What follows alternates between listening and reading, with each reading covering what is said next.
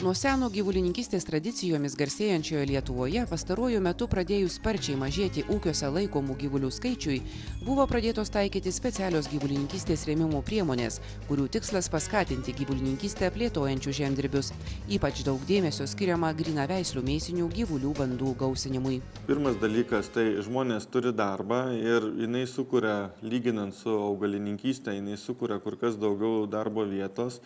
Antras dalykas, mes tikrai turim kaip Lietuva konkurencinį pranašumą savo eksporto rinkose ir mes šitą sektorių išties matosi ir ekonomiškai galim plėtoti.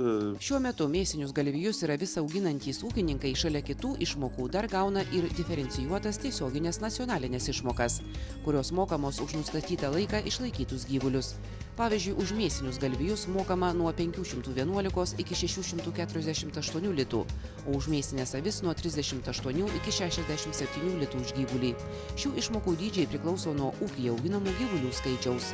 Nuo 12 metų, kada pradėjom čia mes taikyti tą schemą, tai padidėjimas matosi ir nuo 12 metų iki 13-18% išaugo mėsinių galvijų skaičius ir tam segmente tas skaičius auga. Aišku, veikia dar visos kitos schemos, tai taip paskaičiuota, kad, pavyzdžiui, už karvę žindenę galėtų susidaręs per kelias schemas gauti nuo 800 kažkur iki 950 litų už gyvulį, už bulių galėtų suma siekti apie 1100-1250 litų už gyvulį. Mėsinės gyvulininkystės skatinimui skirtų nacionalinių išmokų poveikis ypač pasijuto avininkystės sektoriuje. Kadaise beveik beišnykstanti nacionalinė gyvulininkystės šaka dabar išgyvena pakilimą.